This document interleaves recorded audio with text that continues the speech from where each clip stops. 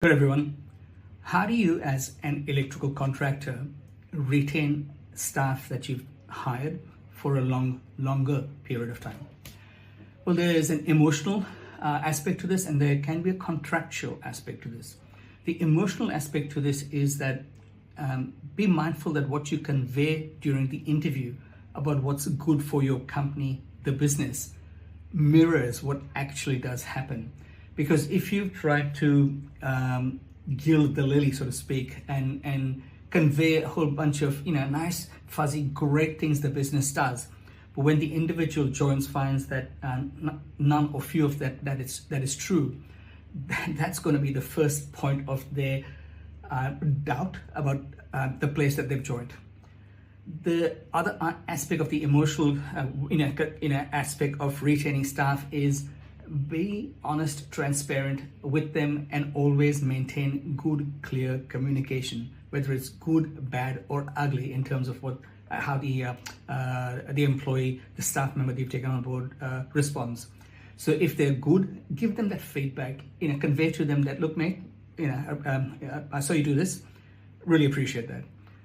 If they are below average, convey to them, mate, I see a lot of potential in you.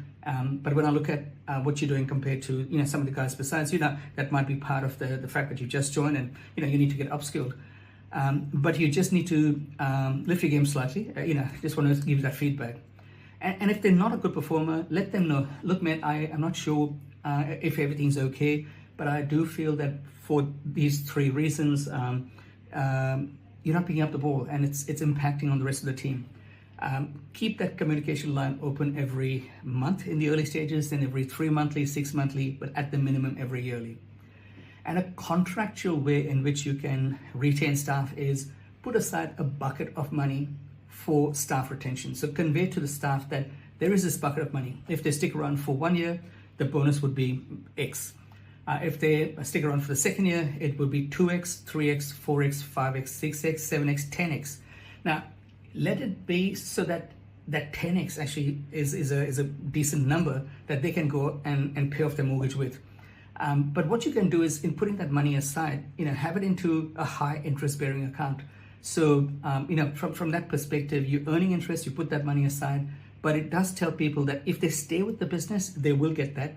But if they don't stay with the business, well, they can't get, if they leave in the second year, they can't take advantage of everything that's from year 3 to 10. And whether it's at year 5, and I think year 5 is a good place to actually have them stick around for, have something substantial like 30K or thereabouts.